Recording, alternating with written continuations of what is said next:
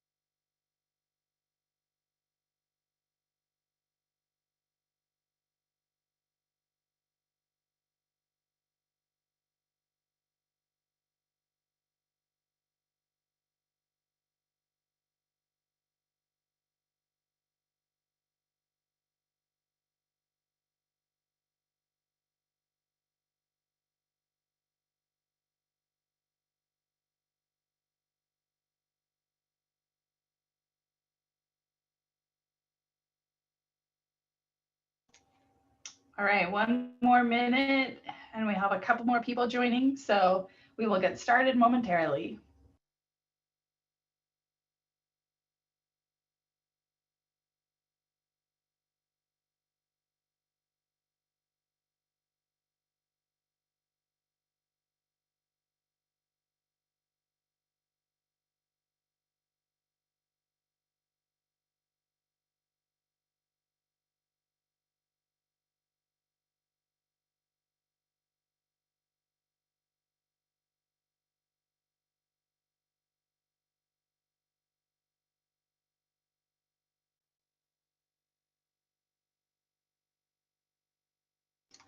All right, it's 10 o'clock. So let's go ahead and get started. First of all, thank you everyone for joining us today. We are traditionally, we send out a newsletter every year that has all of these updates, but we figured now that we've done quite a few webinars and Zoom meetings, we thought, why not do it in person so we can see some faces, hopefully smiling faces. So welcome. We will be recording this. It will be posted on our website, as will the slides. So if you missed something or want to reference back, you can definitely find this later. Just a quick couple housekeeping tips when using Zoom. there are two boxes. There's the chat box and the Q&A box. We like to use the chat box for technical issues. If there's any audio or visual issues, let us know in that box. A couple of us will be keeping an eye on that. And then there's also the Q&A box. And this is where if you have questions about the content, you'll want to post them in that Q&A area. This allows other attendees to vote those questions up if they have a similar question. We expect to have about 40 to 45 minutes of content with about 15 or so minutes for questions and answers at the end.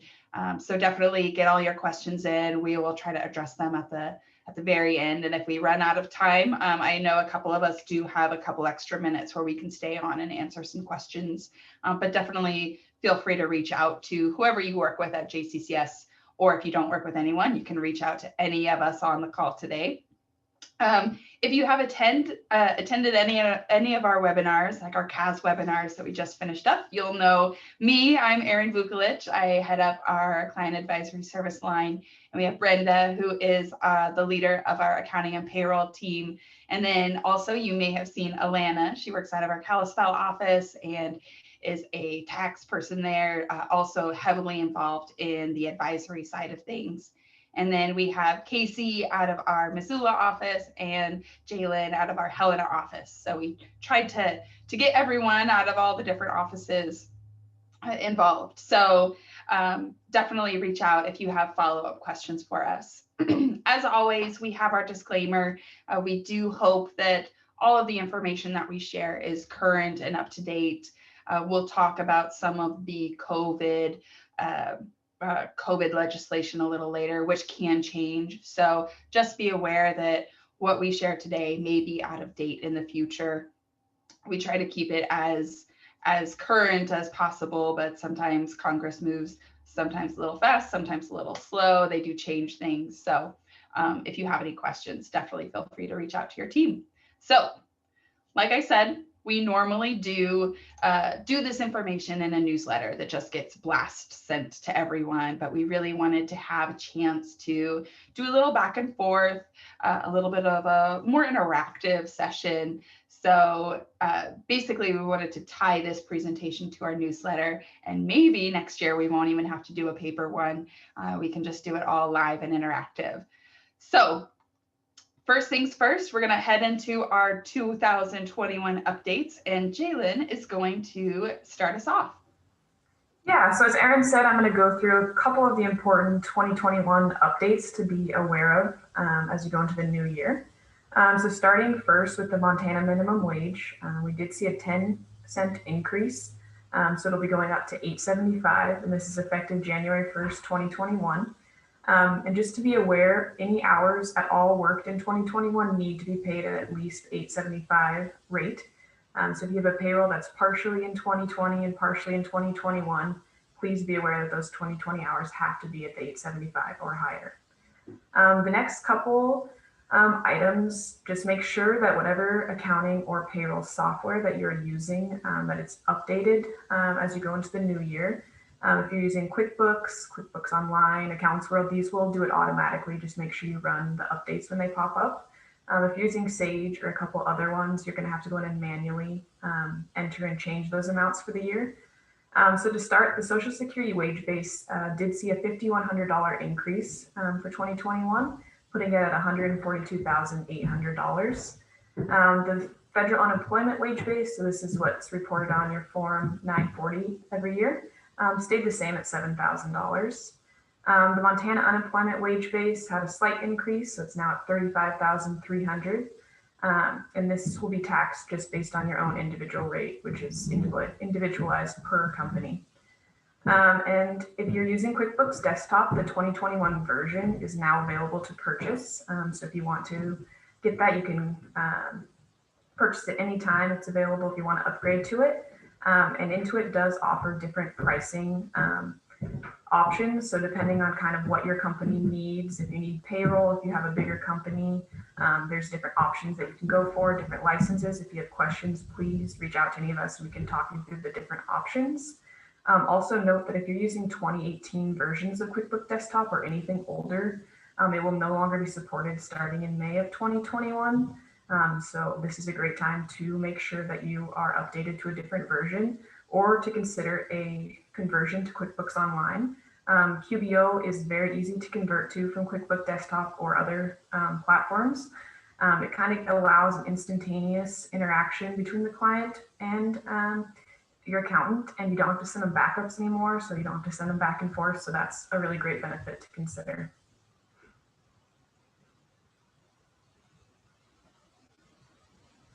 All right, so continuing with a few more important 2021 updates.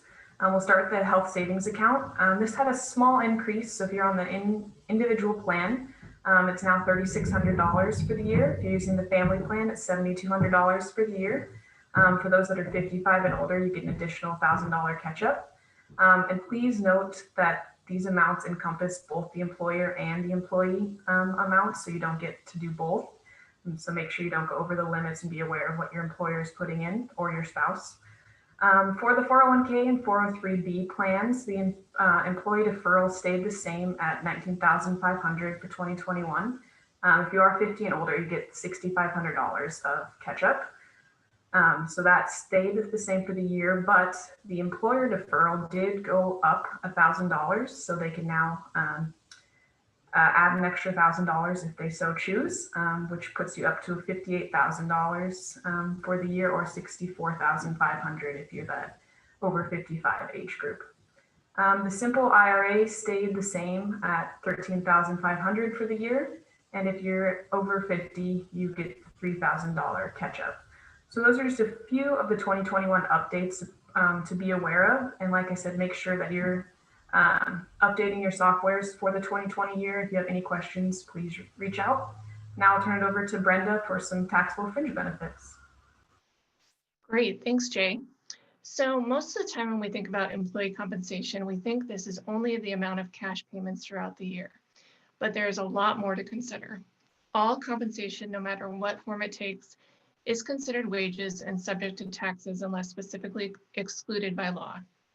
Whether this compensation is cash or non-cash, they are taxable fringe benefits. By capturing these benefits through payroll, the company is able to take advantage of the deduction. Those benefits that are not reported on payroll will in turn not be deductible unless they are covered by an accountable plan. So what's an accountable plan? The accountable plan follows IRS regulations for reimbursing employees for business expenses. This means the reimbursements are not included in wages. A good example of this is that cell phone allowance. A lot of businesses offer their employees an allowance monthly for cell phones. They automatically feel that it's a business deduction. They don't worry about including it in wages. But if you're not getting that cell phone bill or something to substantiate that expense at the employee side, it will be considered wages, or it just won't be deductible on the business side. For taxable fringe benefits paid in cash, the value is clear. It's easy to tax and report on, but on the non-cash benefits, those can be a little bit more difficult to value. When valuing non-cash benefits, we look at it as the fair market value, what it would cost someone to purchase the benefit on the open market in an arm's length transaction. You have the option to report these and tax them at the value during the year or on the last payroll of the year, but it is important that those get captured within the current year. We have listed a few of these, the most common ones that we deal with. And to start off, the personal use of company vehicle. If you have a company vehicle that is used by an employee or an owner for personal use, the value of that would be reportable wages, and this would need to be taxed to the employee in the same manner that wages are. Another one we see a lot of is group term life insurance. So employees can receive this benefit up to $50,000 without it being considered wages. But if an employer provides benefits in excess of this amount, then the value of that benefit needs to be reported as wages and taxed. So with both of these, the vehicle and the insurance, there are worksheets available that help you determine the value that needs to be included in wages. And we're happy to help with those if you have that situation come up. One of the other common ones that we see is insurance for a shareholder. So this fringe applies to S corporations or an LLC that is filing as an S corp. If you are a shareholder or you have a shareholder, that owns more than 2% of the company, who is also an employee, then any insurance premiums paid on behalf are deductible by the S Corp and reported as wages on the shareholder employee's Form W-2. They're also subject to income tax withholding. So while it's best to report that throughout the year, we often see this one being just reported at the end of the year as a lump sum. So we've only highlighted a few of the non-cash ones here. There are a lot of them out there. It's definitely important for you to take a look at what your company is offering. As your company changes and even the world around us changes, so do the benefits that we offer our employees. One of the benefits that we've been seeing a lot lately is companies offering a gym membership to their employees. A lot of them, this is a great perk for their employees, but unless that gym is an on-premise facility that's run by the company, then that benefit is reportable as wages. And this is a good example for when you are a larger company. This is something that could easily slip through the cracks. So the owner makes the decision to offer the benefit, the accounts payable department processes the payment for the benefit, and unless the payroll department knows about it, it's going to easily get overlooked and not included in wages.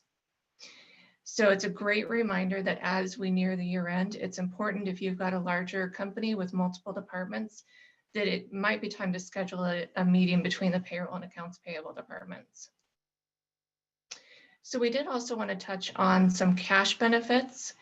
Now the non-cash benefits can be reported and taxed anytime during the year, but if you have any cash benefits, those do need to be considered wages and taxed at the time the employee receives it. So a couple of those listed here are the de minimis gifts or rewards, and then bonuses that are paid in cash but not necessarily captured through payroll right away. This we see a lot this time of year. It's pretty common for employees to go out and want to hand out gift cards or cash to their employees for Christmas time. Typically, this means that there's somebody in the company that goes to the ATM or the bank, they withdraw a large sum of money in cash, and then they hand it out to their employees. The employees love it. It's a great way to show appreciation. So you kind of think, what's the downside? Really, the only downside is that oftentimes the withdrawal of those funds ends up in some random account in your financial statements, maybe supplies, miscellaneous expense. It doesn't get reported as wages for your employees. So it's just a good reminder that those amounts do need to be reported to your payroll processor so that they can be included in the current year. With these cash bonuses, a couple reminders that we did want to point out. You need to remember that they do need to be grossed up for Social Security and Medicare, but also for federal and state withholding.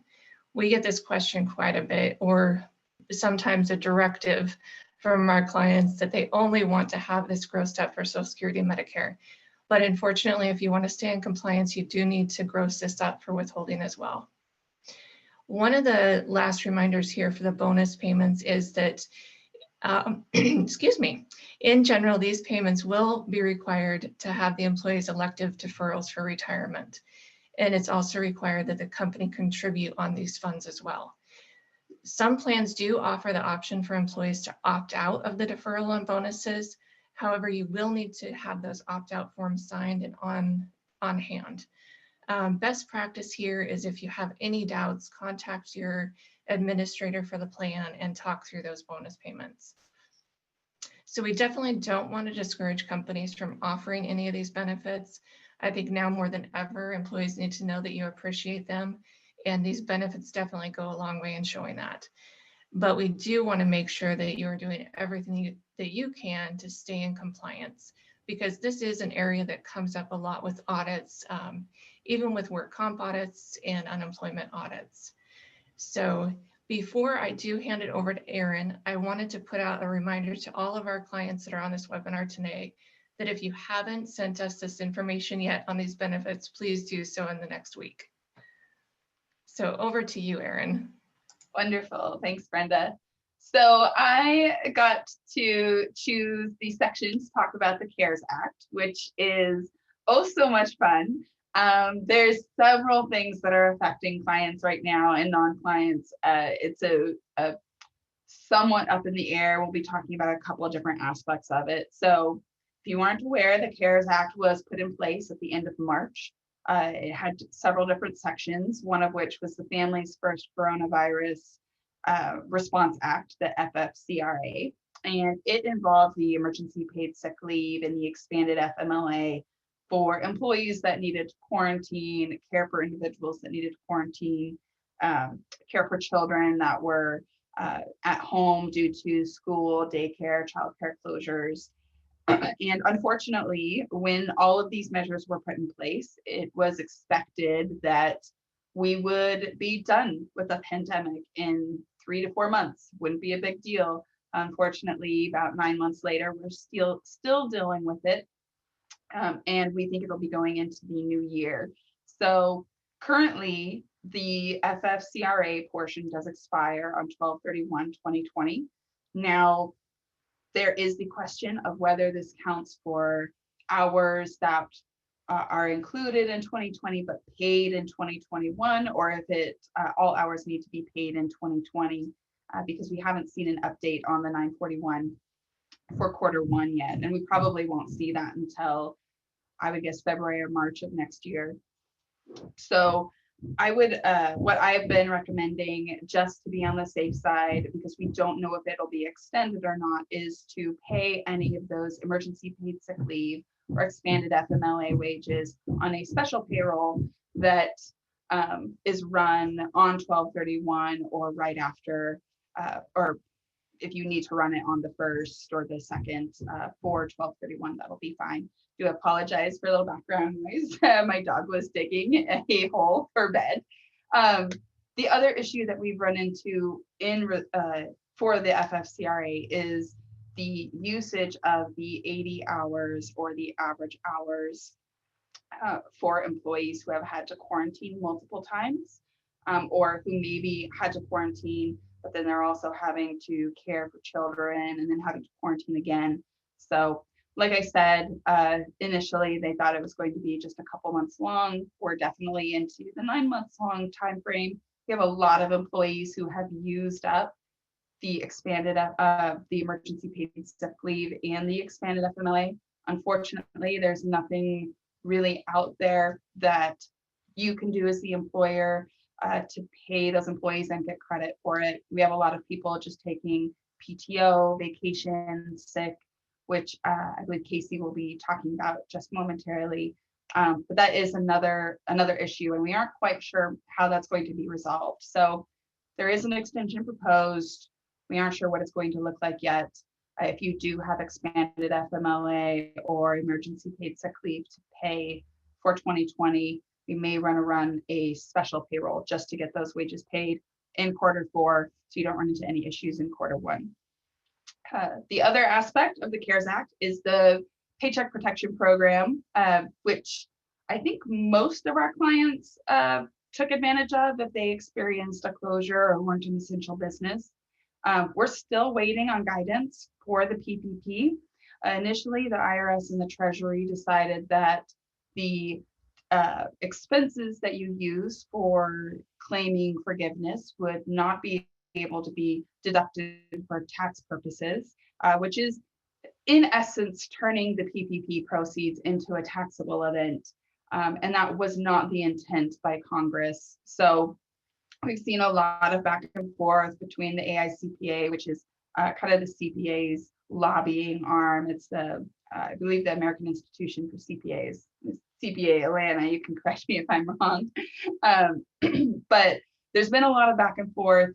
There is a new bipartisan bill in Congress right now that asks for total eligibility to deduct those expenses. And the official language is that no deduction shall be denied or reduced, no tax attribute shall be reduced, no basis increase shall be denied by reason of the exclusion from gross income, which basically makes it so that you can deduct those expenses that you would use to get forgiveness and turn the whole PPP program into a fully non-taxable event, which is what Congress intended back in March, or at least what I believe Congress intended. So we don't know what will happen with that yet. Nothing may happen until a new administration comes in. We're kind of waiting and seeing. I know most people have completed their 24 weeks for their covered period for PPP. So talking about the forgiveness applications, there are 3 different applications. There's the 3508, 3508EZ, and the 3508S. If your loan's below 50,000, you can do the 3508S. It's pretty straightforward. Nothing too crazy on there other than certifying that you basically used the funds correctly. The EZ has some extra things that you have to qualify for to be able to use it. I know back in September and October, we were recommending that most people wait to file for forgiveness because we were expecting Congress to pass something that would allow kind of an automatic forgiveness for loans of $150,000 or less. That never happened. At this point, we aren't seeing any reason not to start applying. It could still happen. There could be something that happens in the next couple of months that automatically forgives those loans, but we aren't really seeing anything on the horizon right now. We're all still kind of in a holding pattern, waiting game to see what's going to happen. So there's nothing wrong in getting the ball rolling if you're ready to start applying for forgiveness. If your financial institution hasn't reached out to you yet, you can reach out to them, just see if they're ready to accept those applications. Then you can at least get the ball rolling. And definitely contact JCCS if you have any questions about that process.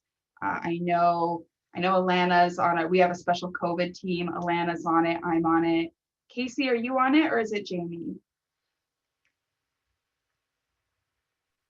It's Jamie and I both. So Casey and Jamie are both on it. And we've been doing many forgiveness applications. Jay, I can't remember if you're on it or not. But definitely reach out to your staff. Your JCCS staff. We've been doing a lot of them. We have our processes in place to get them done pretty quick without too much struggle. And we're regularly talking to the financial institutions about what they want and what they need. So we know exactly what they're looking for. So in the end, it's a lot is still up in the air for the CARES Act. We aren't 100% sure what's going to happen, and we'll keep everyone in the know as we hear more. But definitely, if you have expanded FMLA, emergency paid sick leave, or you want to get the ball rolling on your PPP forgiveness, reach out to your JCCS staff member, and we'll start working with you. Next, we're going to talk about the payroll tax holiday, which was a very underutilized program. I believe of all the clients we have at JCCS, only one elected to do it, which makes life a bit easier for us. If anyone needs a refresher, the payroll tax holiday was the executive order that President Trump signed back in August that allowed the employees to defer their Social Security tax September through December of this year to then be repaid in January to April of next year, 2021. So, like I said, not many clients took advantage of it. There was not a clear explanation of how we were going to collect those taxes in 2021. There still isn't a good recommendation for how to collect those taxes. Either way, the employer is responsible for those funds. So if you did defer the employee's Social Security based on their request and that employee left, you as the employer are still on the hook for paying that. So something to be aware of. We do have some guidance for once the Social Security tax is collected in 2021, you would then do a W-2C, which is a corrected W-2 for 2020. So just be aware that you may have a follow-up reporting requirement. There is the issue if that happens of what if the employee already filed their tax return, they'll have to do an amended tax return. So it's fairly complicated without a lot of guidance. Just something to be aware of. It's kind of unclear for us, and we really aren't sure how it's going to be reported on the 941 for Q1 of 2021. Kind of a big mess, unfortunately. It was very underutilized and just not clear from the beginning. So as we find out more, again, we'll pass along the information. Hopefully something will be coming out before the new year begins, so we have some idea of how to collect that tax from employees who did defer. But stay tuned. hopefully we will have some maybe in the next couple weeks, fingers crossed. So that does it for the CARES Act and the payroll tax holiday, all of that super fun stuff. Casey's going to take us right into more gentle waters, I would say, and talk about paid time off. Definitely something that's affecting employees and employers as more and more people have to go into quarantine. So take it away, Casey. Thank you, Erin.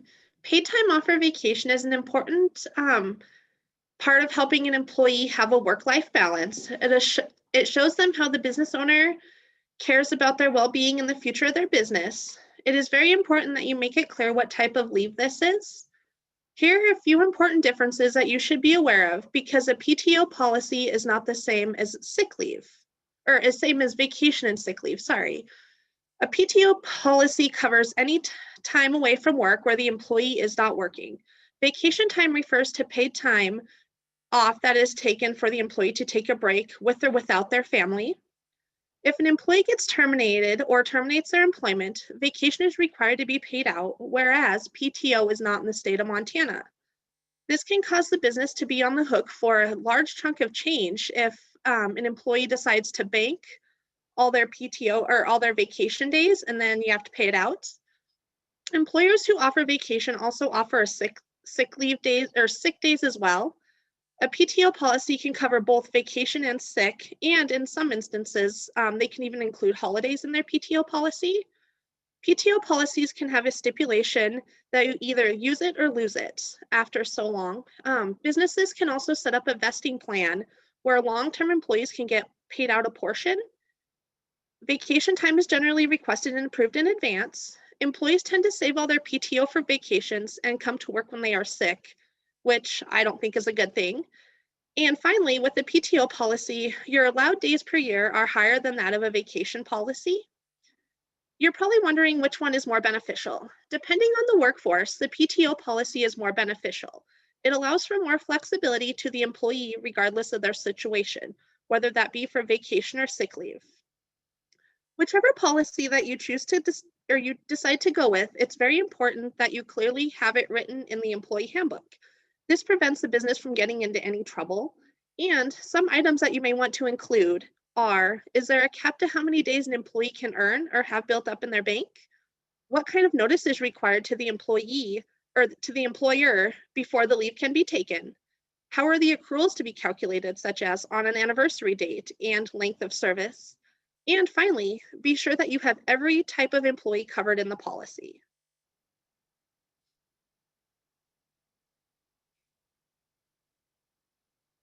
Okay, now we're going to shift to the Work Opportunity Tax Credit. This is a federal tax credit that is available for employers or available to employers for hiring individuals from designated target groups who have faced significant roadblocks to finding employment.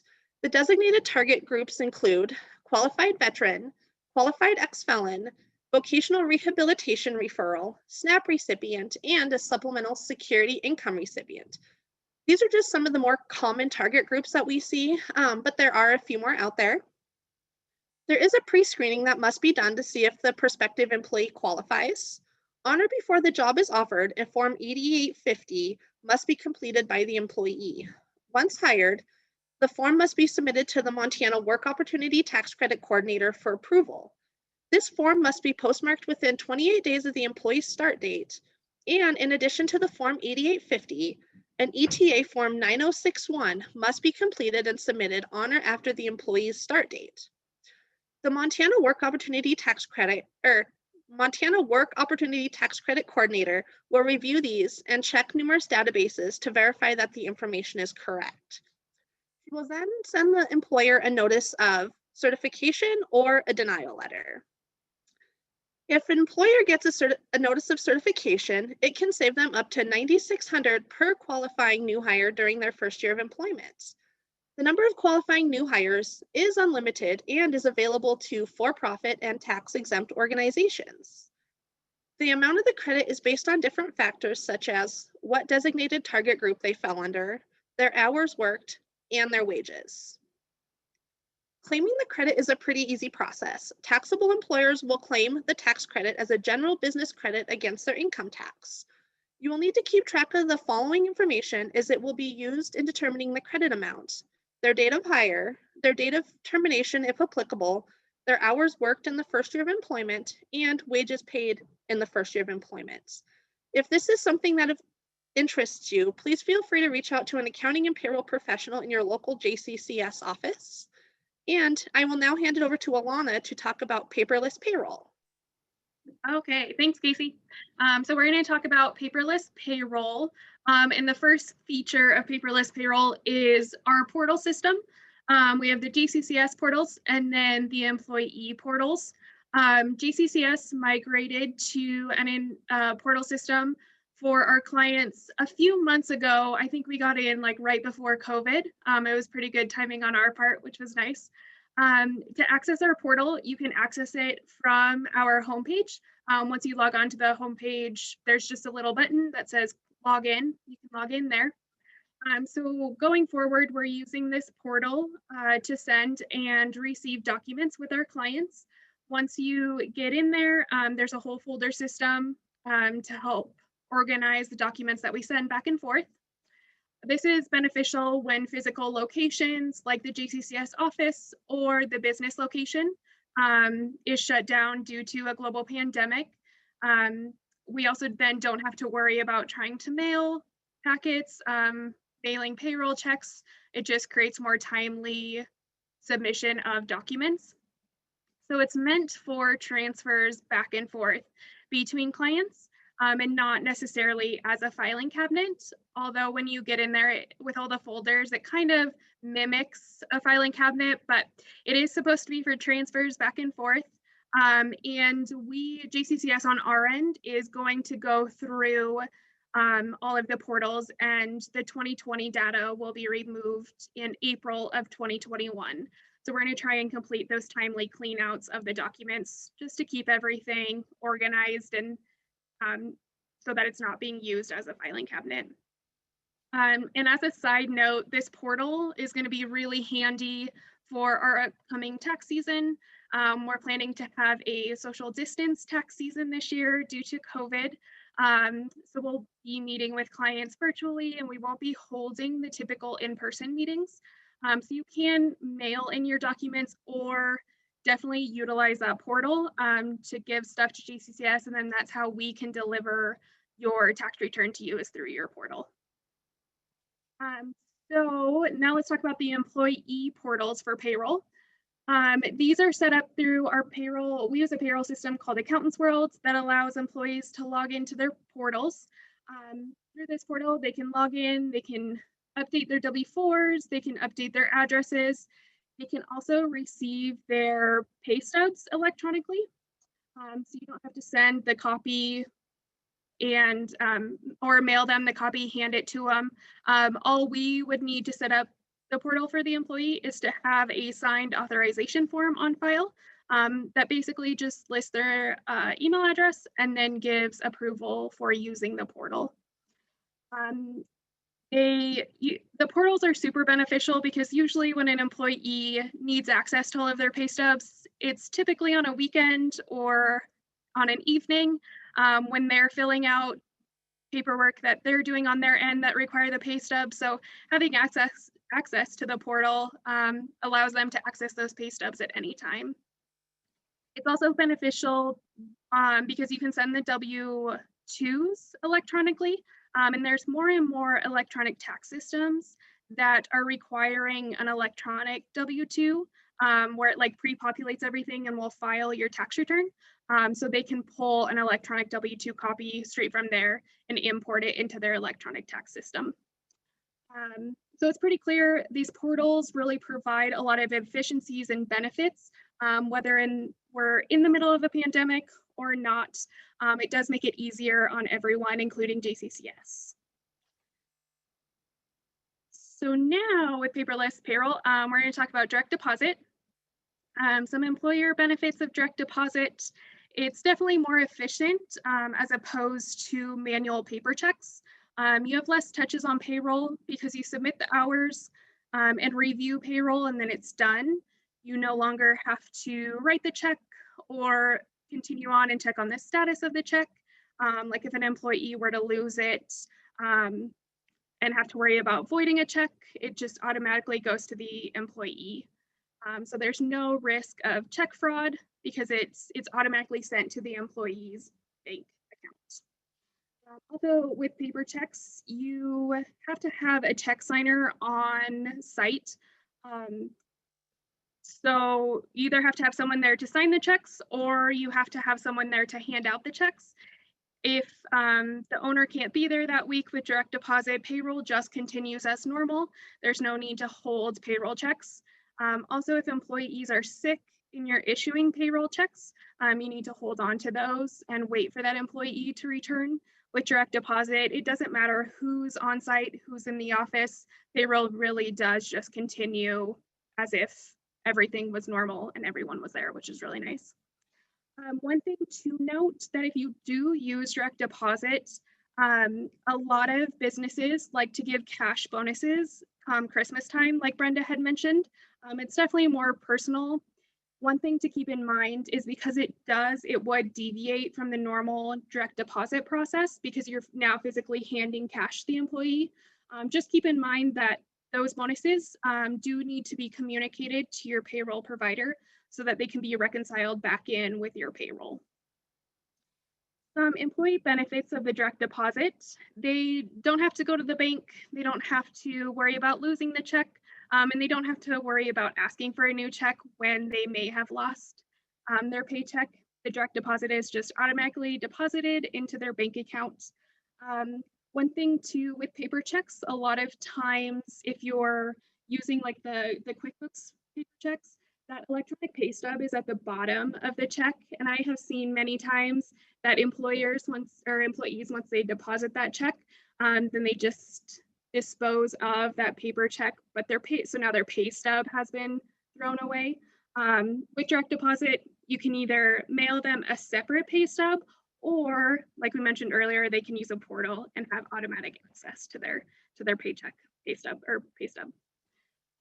And the last thing is employees can also split their direct deposit between the checking and savings account, which is really nice. That's really routine and a lot of employees do it. So that's a really nice benefit. So you can see that these paperless payroll options like the portals and direct deposit provide us a lot of benefits in a time when there is a pandemic, but also we see benefits to our clients outside of a pandemic. And it definitely helps streamline the payroll process. So now I'll pass it back to Brenda for a wrap up. Great. So I did want to make one little additional plug here as we're talking about the paperless payroll and direct deposits and that extra security for employees. This year is the first year that the IRS is allowing for truncated Social Security numbers on the W-2s. And so we as a firm are in support of that. The softwares are starting to roll out that as an option. So the majority of the ones that we work with do allow for that truncating of the Social Security number. So when available, we will be doing that on the W-2s for this upcoming filing season. I don't see any questions in the queue. You still have a few minutes to get those questions in, even if it's on content that we did not cover here. I did want to pass it back to and ask her to expand a little bit more on the QuickBooks pricing. I know Intuit has been going through a lot of changes this last year, so I think that would be important to cover. Yeah, thanks, Brenda. So Intuit did make a pretty significant change in its pricing strategy for desktop. QBO hasn't really changed, but desktop definitely has. In the past, you were able to buy QuickBooks desktop at a retail location online, and you'd pay anywhere from $170 to $250, depending on where you bought it from. And that's for the base software, QuickBooks Pro with one user. Well, they've definitely changed it. They're moving to more of a subscription model.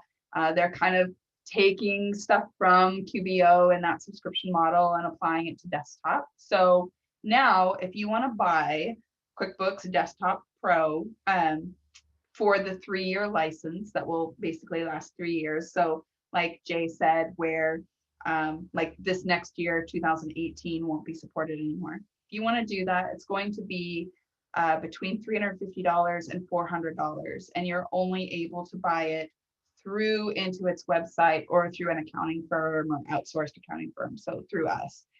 We are able to get a little bit of a discount on that. It's about, actually it's like $359.99, so $360. Save about $40 on that, but you won't be able to go and buy it from Costco, which is where we really recommended everyone going and buying it because it was such a great deal.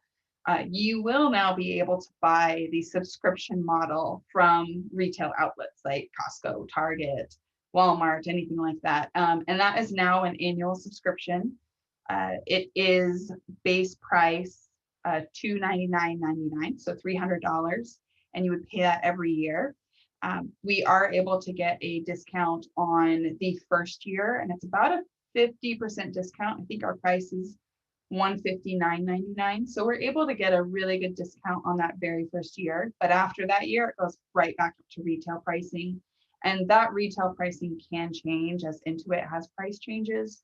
So just something to be aware of, that Intuit is changing their pricing strategy when it comes to desktop. I don't think this is a surprise to anyone. I think we all knew that this was coming. We knew they were going to be moving to a subscription model, whether it was going to be annual or monthly like QBO is. So if you have any questions on your pricing and you're up to get a new version, definitely reach out to us. We can help you. We have a special Intuit person that we work with directly when it comes to desktop versions. If you need additional users, we get a discount on that as well. So reach out to your JCCS people. We're also able to determine what's going to be the least expensive option for you and your needs as a client. So if we know what your different needs are, we can look at the different options for you and see which one's going to be the most cost effective. It may be that while most people think that desktop is the least expensive version, now that may not necessarily be the case depending on what your needs are. So definitely reach out. We're happy to talk through it. We have a special little tool that we built to help us determine what's going to be the most cost-effective solution for everyone. So did I go over that pretty well, Brenda? Yeah, that was great. Thank Perfect. you. So we still don't have any questions, so I think I'll just kind of do around the room if anybody has any final things to add. Casey, do you want to jump in? Oh, I think she was on mute, but I don't think she had anything. Alana, did you have anything? I was just going to say, definitely reach out to anyone you work with at JCCS if there are any questions or just any questions, or like Erin said, your QuickBooks Desktop is coming, your subscription is coming due. We can help talk through all of your options. It's a lot easier before you renew your subscription, just so we can revisit and make sure that you are getting, that you do have the best accounting software needed for your business operations. Great. What about you, Jalen? Just kind of the same thing. If you have any questions, just please reach out, or if you need help updating your software and making sure that it's correct going into 2020, just reach out to whoever you contact at JCCS or any of us, and we're happy to help you with that. Okay. And I just want to thank everybody that has joined us today, and thank you for being our clients for so many years. We're really ramping up for January and the filing season, so we're going to be in contact with a lot more of our clients. It's kind of an exciting time of the year for us. So I'll go ahead and turn it over to Erin to wrap us up. Thanks, Brenda. Thanks, everyone. I think we are all good. If anyone has any questions, as many of us have said, definitely reach out. We're happy to answer via email or phone. Also talk to your tax people. They are starting to do tax planning, or actually they've been doing tax planning for about a month and a half. So if you haven't talked to your tax person, definitely get in contact with them, especially if you have a PPP loan or you have some extenuating circumstances. We want to go into 2021 with a really good plan so that there's no surprises come tax season, except hopefully the surprise that we can deduct those expenses for the PPP loan. So hopefully that will be our surprise. That's what we want for Christmas this year. Again, you can always go to our website. We will have this recorded and posted. We have our newsletter. Feel free to sign up for that. And you can follow us on Facebook and LinkedIn. And thanks again for everyone, for joining us. Thanks to Jalen, Casey, and Alana for joining us on our webinar. You guys did great, and hope everyone has a great day and happy holidays.